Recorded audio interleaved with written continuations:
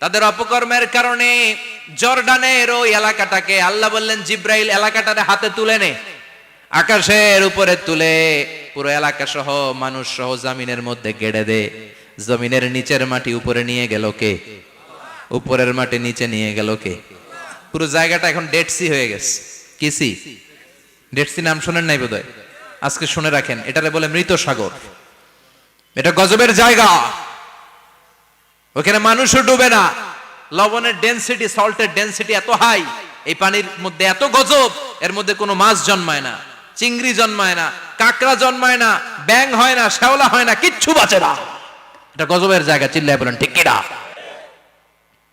যে আল্লাহ জর্ডানের এলাকাটারে ধ্বংস করে দিল, ওই আল্লাহ আজও আছে না নাই? এই জন্য নিজ দিয়ে তিনি যেমনি আযাব দিতে পারেন, ভূমিকম্প দিতে পারেন, জলোচ্ছ্বাস দিতে পারেন, উপর থেকে তিনি শিলাবৃষ্টি দিতে পারেন কি পারেন না? মাইথার দিয়ে কখনো শিলাবৃষ্টি হয়েছিল? হ্যাঁ, ফসল ক্ষেত শেষ করে দেয় না? ছাগল টাগল মরে যায়। ছাগল যদি ইয়েতে থাকে ক্ষেতের মধ্যে, বড় শিলা মাথায় পড়লে শেষ, মানুষও শেষ, টিনের চালও শেষ। কথা কন। এরপরে আল্লাহ যদি উল্কা বৃষ্টি পাঠায়, উল্কা যদি পড়ে, কই যাবেন? কোথায় যাবেন আপনি? উল্কা চিনেন?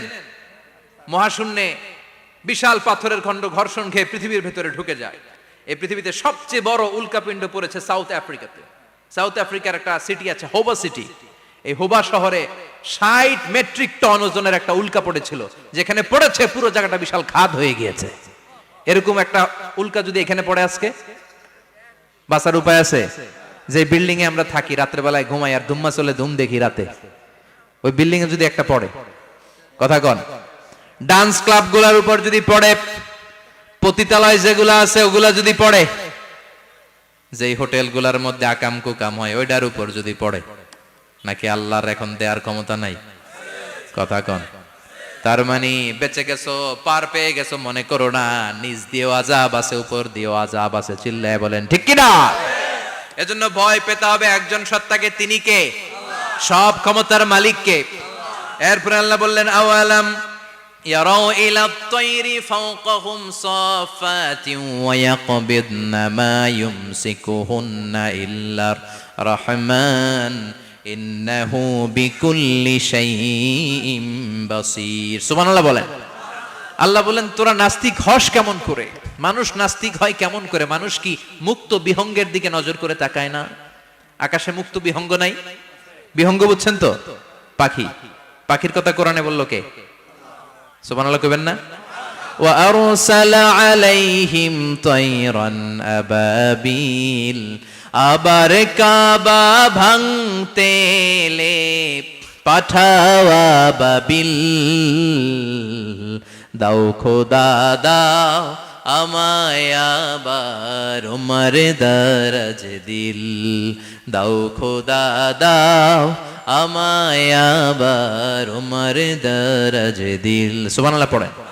এই যে আল্লাহ বললেন ওয়া আরসালা আলাইহিম, তারপর তায়রান আবাবিল, তায়ের মানে পাখি, তায়ের মানে কি? আবার জান্নাতে যারা যাবে তাদেরকে পাখির ভুনা গোশত খাওয়াবে কে?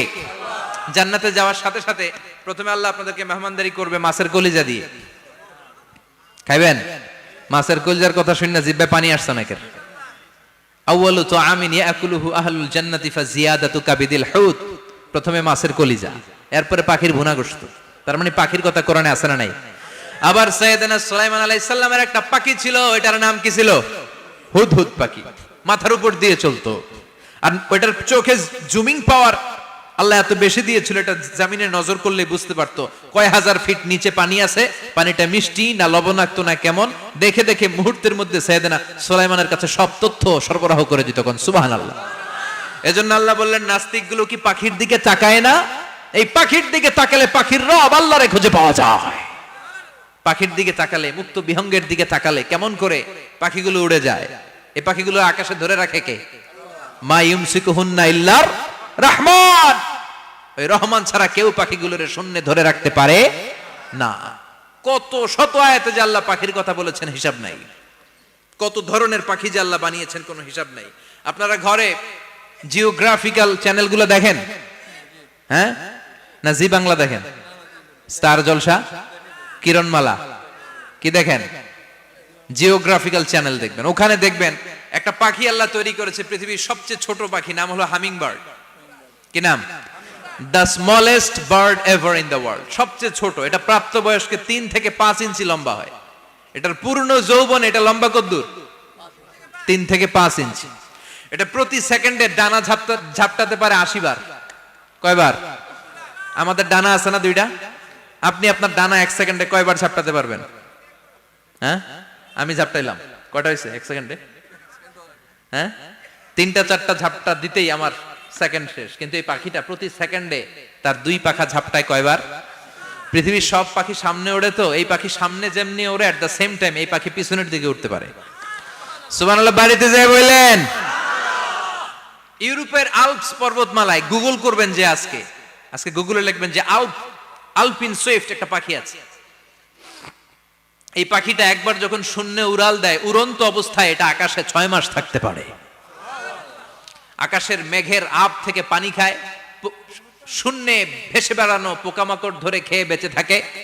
6 মাস পর একবার জমিনে ল্যান্ড করে, নামে কয়েকদিন থেকে আবার উড়াল মারে, আবার উড়াল মারলে আবার 6 মাস। আলপিন সুইফট। আরেকটা পাখি আছে, অদ্ভুত পাখি, নাম হোমা বার্ড। এই হোমা বার্ড উড়ন্ত অবস্থায় ডিম পেড়ে দেয়, আর ওই ডিমটা জমিনে পড়ার আগেই মাঝখানে ডিম ফেটে বাচ্চা বেরোয়, বাচ্চা উঠতে শুরু করে দেয়। এই পাখিগুলোর কথা কোরআনে আছে না নাই? এজন্য আল্লাহ বললেন, আওয়ালাম ইয়ারাউ ইলাত তাইরি ফাওকাহুম সাফাতিন ওয়া ইয়াকবিদনা মা ইউমসিকুহুন্না ইল্লার রাহমান ইন্নাহু বিকুল্লি শাইইন বাসীর। আল্লাহ বললেন, নাস্তিকগুলো কি পাখির দিকে নজর করে তাকায় না? পাখির দিকে নজর করে যদি তাকায়, তখন পাখির রব আল্লাহরে খুঁজে পাবে। চিল্লায় বলেন ঠিক কিনা? পাখিকে আরবিতে বললে তয়ের। সবাই বলেন, পাখির আরবি কি? বিমানের আরবিও তয়ের। পাখি আরবি যা, বিমান আরবিও। এই পাখি নিয়ে গবেষণা করে বিমান বানাইছে। সুবহানাল্লাহ কইবেন না? আমরা বানাই নাই, আমরা তো খোঁচাখুচিতে ব্যস্ত, আমরা আছি ফতুয়া নিয়ে ব্যস্ত। তুই 20 কারণে কাফের, তোর চাচা 90 কারণে কাফের।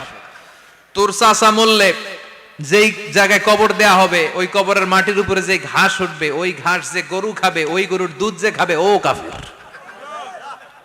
আছে না নাই? খালি কাফের ফতুয়া দেয় ব্যস্ত। আমরা ফতুয়া নিয়ে রইলাম, আর ওরা সব আবিষ্কার করে ফেললো। উইলবার রাইট আর অরভিল রাইট, এই 2 ভাই 1903 সালে এই বিমান আবিষ্কার করেছে, এই আয়াতের উপর গবেষণা করে। আওয়ালাম ইয়ারাউ ইলাত তাইর, ওরা কি পাখি নিয়ে ভাবে না? আমাদের তো ভাবার সময় নেই, আমরা আছি মদ নিয়ে, আর নারী নিয়ে, আর জুয়াবাজি নিয়ে। চিল্লায় বলেন ঠিক কিনা? এমন অনেক মন্ত্রীদের হোটেল আছে যেখানে পতিতালয়ের আড্ডাখানা। চিল্লায় বলো ঠিক কিনা? মুসলমান রাজ মদ আর নারী নিয়ে ব্যস্ত, আর ইহুদি খ্রিস্টানরা আমাদের সব ঐতিহ্যকে ধারণ করেছে। উইলবার রাইট অরভিল রাইট গবেষণা শুরু করে দিল। পাহাড়ে শুয়ে শুয়ে 2 ভাই খালি পাখির ছবি আঁকে, কেমনে পাখিগুলো ডানা ঝাপটা মেরে ওঠে, কেমনে নামে। গবেষণা করতে করতে করতে প্লেন বানায় ফেললো 1903 সালে। আজ থেকে 100 বছর আগের স্টোরি শোনাচ্ছি আপনাদের। তখনকার বিমান এখনকার বিমানের মতো ছিল না। আপনি দেখবেন যে শুরুতে বিমান কেমন ছিল। শুরুতে ভাঙ্গাচুরা 2টা পাখা নিয়ে একটু উড়ে আবার ধপাস করে পড়ে, কিন্তু আশা হারায় নাই, আবার উড়ে ধপাস করে পড়ে। আমেরিকাতে সুবিধা করতে পারেনি। ফ্রান্সের এক কিং তাদেরকে ডোনেট করেছে বিপুল অঙ্কের টাকা দিয়ে। তারা প্রথম ফ্রান্সের একটা শহর থেকে আরেকটা শহরে পৃথিবীর প্রথম প্যাসেঞ্জার প্লেন নিরাপদে ল্যান্ড করেছে। মানুষের উড়ার স্বপ্ন সফল হতে শুরু করলো। এখন বিভিন্ন ধরনের বিমান একটার পর একটা শুরু হয়েছে। এই পৃথিবীর সবচাইতে দ্রুতগামী যে বিমানটা আগে ছিল, নাম ছিল কনকর্ড, যাত্রীবাহী বিমান। এটার পরে এখন একটা বাইরে হয়েছে বোম সুপারসনিক। কি নাম? Bomb supersonic. এত স্পিডে চলে, এই মাত্র দেখলেন এদিকে, এরপর দেখবেন নাই ওইদিকে। সুবহানাল্লাহ পড়ে। কি বিশাল বিশাল ডবল ডেকার গুলো নিয়ে শূন্যে উড়াল দেয়। বোয়িং A380 বর্তমান পৃথিবীতে সবচেয়ে বড় প্যাসেঞ্জার বিমান। কার্গো বিমান তো এগুলোর 7-8 ডবল বড় হয়। I'm talking about the passenger plane A380। 525 জন যাত্রী নিয়ে এটা শূন্যে উড়াল দেয়। 525 জন যাত্রী, কেবিন ক্রু, পাইলট, বিমানের ওজন, খাবার দাবারের ওজন, ফুয়েলের ওজন, 525 জনের লাগেজ টাগেজের ওজন, এই সব নিয়ে শূন্যে উড়াল দেয়। সুবহানাল্লাহ কইবেন না? এই বিমান আবিষ্কারের আগ পর্যন্ত গোটা বিশ্বব্যাপী সব দেশে দেশে ছিল সেনাবাহিনী আর নৌবাহিনী। বিমান আবিষ্কার হওয়ার সাথে সাথেই শুরু হয়ে গেল বিমান বাহিনী। এয়ারফোর্স মিলিটারি, এখন বোম সুপারসনিক বানায়, এখন ড্রোন হামলা করে, এখন মিসাইল হামলা করে, এখন স্যাটেলাইট পাঠায়, আমরাও পাঠাইছি। কি নাম? Bangabandhu satellite. We launching the Bangabandhu satellite channel last year. আমরা বঙ্গবন্ধু স্যাটেলাইটও পাঠাইছি উপরে। সবকিছু পাখির উপর গবেষণা করে হয়েছে। চিৎকার করে বলেন ঠিক কিনা? এজন্য আল্লাহ ডেকে বললেন, গোলাম ওরা কি পাখির দিকে তাকায় না? পাখির দিকে যদি নজর করে একটিবার তাকাতো, নাস্তিক আর নাস্তিক থাকতে পারতো না। এজন্য নাস্তিকদের জন্য সূরার ভেতরে ডোজ আছে, আই ওপেনার আছে। সর্বশেষ আল্লাহ একটা প্রশ্ন দিয়ে এই সূরাটা শেষ করলেন। প্রশ্নটা শুনবেন? শুনবেন সবাই? আল্লাহ বললেন, কুল আরাআইতুম ইন আসবাহা মাউকুম গাওরান ফামান ইয়াতিকুম বিমাইম মাইন। বলো দেখি সবে, শুকাইয়া যদি যায় এই পৃথিবীর পানি, তাহলে হেথায় তটনির ধারা কে দিবে সবারে আনি? কে দিবে আনি? একদিন সকালবেলা ঘুম থেকে উঠছেন, টয়লেটে যাবেন, মুখ ধুবেন, স্কুলে যাবেন, অফিসে যাবেন, কাজে যাবেন, যায় দেখেন টিউবওয়েল চাপতেছেন, পানি নাই। ট্যাপ ছাড়লেন, পানি নাই। চোখের মধ্যে ময়লা, নাকে ময়লা। টয়লেটে যাবেন, পানি নাই। পুকুরে নাইমা দেখেন পানি নাই। বিশাল বিশাল মেশিন বসিয়ে মাটির নিচ থেকে ভূগর্ভস্থ পানি ওঠানোর চেষ্টা করলেন, একটা পানি নাই। এক ফোঁটা পানি গোটা বিশ্বে কোথাও নাই। কে দিব পানি আপনারে? পানি সম্পদ মন্ত্রী দিব, ডোনাল্ড ট্রাম্প দিব, শেখ হাসিনা দিবে? কেউ দিতে পারবে? এক ফোঁটা পানি বানানোর ক্ষমতা আমাদের নয়। ঠিক কিনা? পানির বৈজ্ঞানিক নাম হচ্ছে H2O। কি নাম? এই দেশে H2 নিয়ে কত কথা আছে না নাই? হাইড্রোজেনের দুইটা মলিকিউল, অক্সিজেনের একটা মলিকিউল। এই দুইটা গ্যাস, হাইড্রোজেন আর অক্সিজেন, দুই গ্যাস একসাথে মিলাইলে কি হয়? কথা বলেন। মিঠা নদীর পানি। সুবহানাল্লাহ পড়েন। আল্লাহ বললেন, ঘুম থেকে উঠে যদি দেখো পৃথিবীর সব পানিগুলো একেবারে পৃথিবীর নিচে চলে গেছে, কোন মাধ্যম দিয়ে এক ফোঁটা পানির জোগাড় আর বন্দোবস্ত করা যায় না, কে তোদেরকে পানি এনে দিবে? কথা কন। আল্লাহ ছাড়া এক ফোঁটা পানি এনে দেওয়ার মতো ক্ষমতা কারো আছে নাকি? আবার পানি থেকে পৃথিবীর সব কিছুরে বানালো কে? ওয়াজআলনা মিনাল মাই কুল্লা শাইইন হাই আফালা ইউমিনুন। আল্লাহ বললেন, পানি থেকে গোটা বিশ্বের সব আমি বানালাম। সব জীবিত জিনিস তৈরি হয়েছে পানি থেকে। এটা কোরআনের কথা। কার কথা? আর ১৫০০ বছর পর বিজ্ঞানীরা এখন বলছে পানি থেকেই সব প্রাণ এসেছে। সুবহানাল্লাহ পড়েন। বিজ্ঞানীদের রিসার্চে এসেছে পৃথিবীর সর্বপ্রথম যে প্রাণীটার উৎপত্তি, এটার নাম নাকি অ্যামিবা। কি নাম? It's a very small unicellular organism in the world. এককোষী শৈবাল অ্যামিবা এসেছে পানি থেকে, ওদের কথা। তারপরে এসেছে জুপ্লাঙ্কটন, ফাইটোপ্লাঙ্কটন, ব্যাকটেরিয়া প্লাঙ্কটন, একটার পর একটা ডেভেলপ করেছে। সব এসেছে পানি থেকে। পানি নাই তো কিচ্ছু নাই। পানি হচ্ছে প্রাণের ব্লুপ্রিন্ট। চিল্লায় বলেন ঠিক কিনা? পানির মধ্যে সব প্রাণের অস্তিত্ব রেখে দিয়েছে কে? আবার ফলের মধ্যে আল্লাহ পানি দিয়ে বললেন, আন্না সাবাবনাল মাআ সাব্বা। যেখানে যতটুকু পানির দরকার, রসের দরকার, সব রস দিল কে? ক্ষীরার ভিতরে পানি আছে না নাই? কলার ভিতরে, আপেলের ভিতরে, তরমুজ, তরমুজ তো পুরাই পানি। কথা কন। ডাবের ভিতরে কে দিল? নাকি আমনে বানাইছেন? কেউ বানাতে পারে? এই পানিগুলো দিল কে?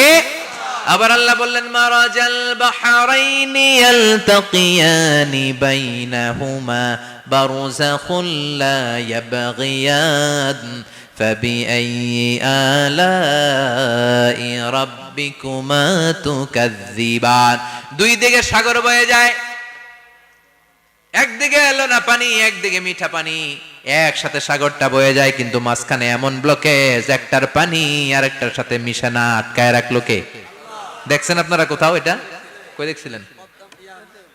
গোয়ালন্দ, বুড়িগঙ্গার এখানে একসাথে পানি বয়ে যায়। এই জায়গায় পানি, এই জায়গায় পানি মিলে না, মিশে না। দাউদকান্দির এখানেও আছে, মিশে না। এর কারণ এই পাশের পানি, এটা ডেনসিটি হাই, বেশি ঘন, এটা ডেনসিটি লো, এটা পাতলা। এটা টেম্পারেচার হাই, এটা টেম্পারেচার কম। এটা লবণ বেশি, এটা লবণ কম। দুইটা দুই পানি একসাথে বয়ে যায়, একটার সাথে আরেকটা মিশে না। এই কারিগরটা কে? চিল্লায় বলতে হবে কে? সেজন্য আল্লাহ বললেন, গোলাম পানি দিয়ে আমি বানালাম, পানি ছাড়া বাঁচবি না, এজন্য সব জায়গায় পানির ব্যবস্থা করে দিয়েছে কে? আবার বেশি পানি হলেও মরার ব্যবস্থা আছে না নাই? সাইয়েদনা নূহ আলাইহিস সালামের কওমকে বন্যা দিয়ে ধ্বংস করেছে কে? এজন্য পানি চাইবো কার কাছে? কথা কন। আল্লাহ মেঘ দে পানি দে, ছায়া দে রে তুই আল্লাহ মেঘ দে।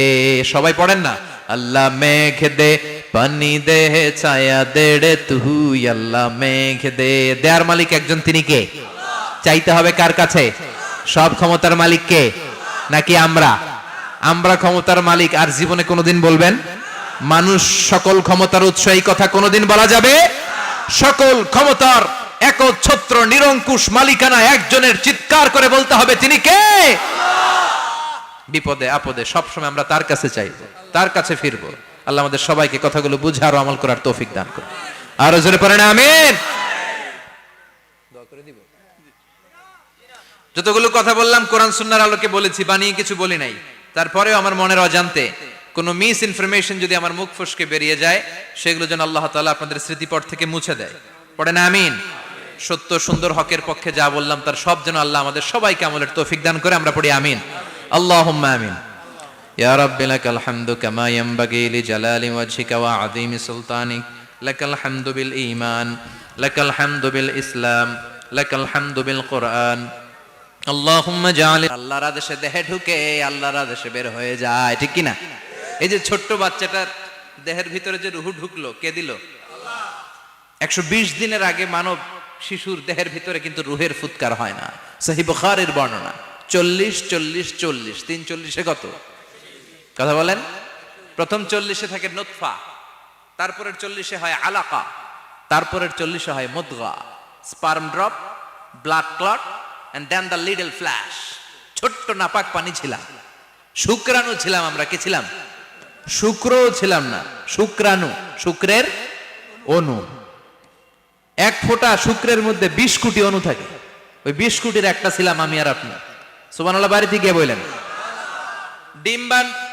ডিম্ব আমরা ছিলাম না, আমরা ছিলাম ডিম্বাণু। ডিম্বের এই ডিম্বাণু আর শুক্রাণু দুইটা মিলে আল্লাহ আমাদেরকে বানায় ফেললেন জাইগট, সেখান থেকে এমব্রয়ো, তারপরে আস্তে আস্তে ইনিশিয়াল স্টেজগুলো শেষে একটার পর একটা স্টেজ পার করে তিনি আমাদেরকে বানালেন আলাকা, সেখান থেকে মুদগা।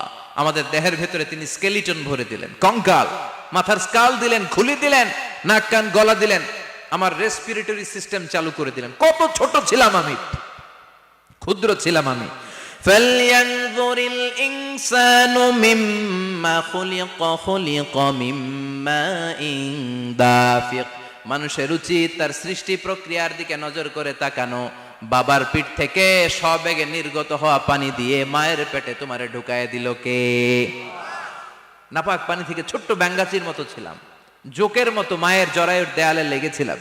সেখান থেকে বড় করতে করতে আমার রেসপিরেটরি সিস্টেম, আমার হেয়ারিং সিস্টেম, আমার সব সিস্টেমগুলো তিনি আমার দেহের ভিতরে সেট করে দিল। চিল্লায় কোন সুবহানাল্লাহ। 120 দিনের সার্টেন পিরিয়ড শেষে তিনি দেহের ভিতরে রুহের ফুৎকার দিলেন। দেয়া মাত্রই আমার রুহুতে ধপ ধপ ধপ শুরু হয়ে গেছে। ওই যে ধপ ধপ শুরু হয়েছে আজও থামে নাই। এই ধপ ধপ থামলে বাঁচবেন? দম ফুরাইলে আমরা ঠুস হয়ে যাবো, ঠিক কিনা? হায় রে মানুষ রঙিন ফানুষ, দম ফুরাইলে তবু তো ভাই কারোরই নাই একটুখানি। হায় রে মানুষ রঙিন ফানুষ, রঙিন ফানুষ, হায় রে মানুষ। সুবহানাল্লাহ বলেন। সে আল্লাহ বললেন, গোলাম জীবন আর মরণের মাঝখানে আমি তৈরি করেছি রুহু। পৃথিবীর বিজ্ঞানীরা সব বানাতে পারে, কম্পিউটার বানাতে পারে, প্লেন বানাতে পারে, হেলিকপ্টার বানাতে পারে, রকেট বানাতে পারে, কিন্তু গোটা বিশ্বের সব বিজ্ঞানীরা মিলে কি রুহু বানাতে পারে নাকি? কথা বলেন। গত বছর সোফিয়া নামে একটা রোবট আসছিল না? কথা কন। ওটা মাথা উঁচু করে নিচু করে কথা বলতে চায়, মানুষের মতো হতে চায়। আসলে কি মানুষ? ওটার মধ্যে কি রুহু আছে? রুহু বানাইতে পারবে কেউ? এই রুহু নিয়ে যে কত গবেষণা, মুমূর্ষ রোগীদের উপর গবেষণা চালিয়েছে অনেক। বুলেট প্রুফ গ্লাসের ভিতরে মুমূর্ষ রোগীকে রেখে রেখে তারা চেক করতে চেয়েছে আমেরিকান বিজ্ঞানীরা যে রুহু কোন দিক দিয়ে বের হয়। তারা ওজন করে দেখে, মানুষ মরে গেলে কোন লাশের ওজন বেড়ে যায়, কোন লাশের ওজন কমে যায়। যেটাতে কমে গেছে 1 কেজি কমে যায়, তার অবাক, কিরা আগে ছিল 80 কেজি, এখন হচ্ছে 78 কেজি, তার মানে 2 কেজি না, এটাই রুহু। এটাই কি? এটা হচ্ছে গবেষণার ধাপ। অনেকগুলো মডিউল তারা আনে, অনেক মুমূর্ষ রোগীকে গ্লাস ফিটিং করা, ইন্টেন্সিভ কেয়ারে রেখে তারা অবজার্ভ করে, আর অক্সিজেন মাস্ক খুলে দিয়ে তারা দেখে যে লোকটা ছটফট করে কিভাবে মরে। মরার আগে ওজন মাপ ছিল 80 কেজি, মরে গেছে পরে আবার ওজন দিয়ে দেখে 78 কেজি। কমছে কয় কেজি? বিজ্ঞানে কয় পাইছি। সবাই কয় কি পাইছো? কয় রুহু। কই পাইলেন? কয় আগে 80, এখন 78, 2 কেজি। রুহুর ওজন কয় কেজি? তো বিজ্ঞানীদের সিস্টেম হচ্ছে যে কোনো একটা বিষয়ের উপর গবেষণা চালালে তারা পূর্ণাঙ্গ ডিসিশনে পৌঁছতে পারে না। They couldn't jump to the final conclusion just on one module, based on one module, they can't do it. তাদের অনেকগুলো মডিউল আনতে হয়। তারা আবার নমুনা আনলো আরেকটা, মুমূর্ষ রোগী, অক্সিজেন চেম্বার লাগানো, মাস্ক লাগানো, এটা খুলে ফেললে মরে যাবে। বুলেট প্রুফ করা গ্লাসের ভিতরে ঢুকিয়ে, এটার ওজন মাপ, এটার ওজন 60 কেজি। এবার মাস্ক খোল, মাস্ক খুলছে ছটফট ছটফট করে, এটা শেষ। এবার মাপ দেখ, এবার মাইপা দেখা গেছে 63 কেজি। কয় কেজি বাড়ছে? এক একটার এক এক সিস্টেম হইতেছে, কোনোটা কমে, কোনোটা বাড়ে, কোনোটা কিচ্ছু হয় না। সবাই কয় তাইলে আপনি রুহু পাইলেন কই? আগেরটা কম ছিল, মনে করছিলেন 2 কেজি কমছে, ওইটাই রুহু, এখন 3 কেজি বাইরে গেছে, মিলাইবেন কি দিয়া? কথা কন। আল্লাহ ডেকে বলে, গোলাম কিয়ামত পর্যন্ত একটার পর একটা মুমূর্ষ রোগীকে বুলেট প্রুফ গ্লাসের ভেতরে ঢুকাতে পারবি, গবেষণা করতে পারবি, মাগার রুহু খুঁজে পাবি না। চিল্লায় বলেন ঠিক কিনা? কারণ এই রুহুর মালিক কে? সে আল্লাহ বললেন, আল্লাযী খালাকাল মাউতা ওয়াল হায়াতা লিয়াবলুয়াকুম আইয়ুকুম আহসানু আমালা। জীবন আর মৃত্যু বানালাম তোমাদেরকে পরীক্ষা করার জন্য। পরীক্ষা আছে না নাই? গোটা দুনিয়াটাই পরীক্ষা। আল্লাহ যারে পছন্দ করে বেশি তার পরীক্ষাও। আসাদুন নাসি বালাআন আল আম্বিয়া। এই পৃথিবীতে আল্লাহ সবচেয়ে বেশি বালা মুসিবত দিয়ে পরীক্ষা করেছেন নবীদের। কারণ নবীরা আল্লাহর কাছে কম প্রিয় না বেশি প্রিয়? যেহেতু প্রিয় বেশি, পরীক্ষাও। এজন্য মুমিনের উপর যদি পরীক্ষা আসে, মুমিনের উপর যদি অত্যাচার আসে, মুমিনের উপর যদি ধৈর্যের পরীক্ষা আসে, জেল জরিমানা আসে, মুমিন ওইটারে ভয় পায় না। মুমিন ভয় পায় একজনকে। চিল্লায় বলেন তিনি কে? কারণ আল্লাহর ঘোষণা, ওয়ালা তাহিনু ওয়ালা তাহজানু। ঘোষণাটা কার? ভয় নাই, তোদের চিন্তা নাই। আনতুমুল আ'লাউনা ইন কুনতুম মুমিনিন। তোমরাই বিজয়ী হবা যদি মুমিন হও, যদি মুমিন হও। এজন্য ধৈর্যের পরীক্ষা দিতে হবে, আল্লাহর উপর তাওয়াক্কুল করতে হবে, অত্যাচার আর জুলুম আল্লাহর নামে সহ্য করে যেতে হবে। চিল্লায় বলেন ঠিক কিনা? কারণ মজলুমের সাথে আল্লাহ থাকে। মজলুমের বদদুয়াকে বিশ্বনবী ভয় করতে বলেছেন, কারণ মজলুমের বদদুয়ার মাঝে আর আল্লাহর মাঝে পর্দা থাকে। যারা দুনিয়ার বুকে জুলুম করে তাদেরকে ক্ষমতার মসনদ থেকে নামিয়ে দেয় কে? আর যারা মজলুম হয়, যাদের রক্ত দিয়ে জমিন ভেজে, তাদেরকে জমিনের ক্ষমতা দিয়ে দেয় কে? আর যারা রক্ত ঝরায়, ইতিহাস বলে তারা শেষ পর্যন্ত প্রাণ আর জান নিয়ে পালাবার জায়গাটা পায় না। চিল্লায় বলেন ঠিক কিনা? এজন্য মুমিন খুব ভালো করে জানে, রাত্রি যত গভীর হয়, সুবহে সাদিকের সময় কাছে আসতে থাকে। গর্ভবতী নারীর পেটের জ্বালা যন্ত্রণা, ব্যথার পেইন যত বাড়ে, নতুন মেহমান আগমনের সময় কাছে আসতে থাকে। তেমনি ইসলামের পক্ষের শক্তির উপর যদি অত্যাচার, অনাচার, স্টিম রোলার বেড়ে যায়, এটা প্রমাণ করে ইসলামের বিজয়ের সময় কাছে আসতে শুরু করেছে। চিল্লায় বলো ঠিক কিনা? এজন্য রাব্বুল আলামিন ডেকে বলেন, গোলাম লিয়াবলুয়াকুম আইয়ুকুম আহসানু আমালা। কে ভালো আমল করো, কে খারাপ আমল করো, এজন্য আমি জীবন মরণ তৈরি করেছি। চিল্লায় কোন ঠিক কিনা?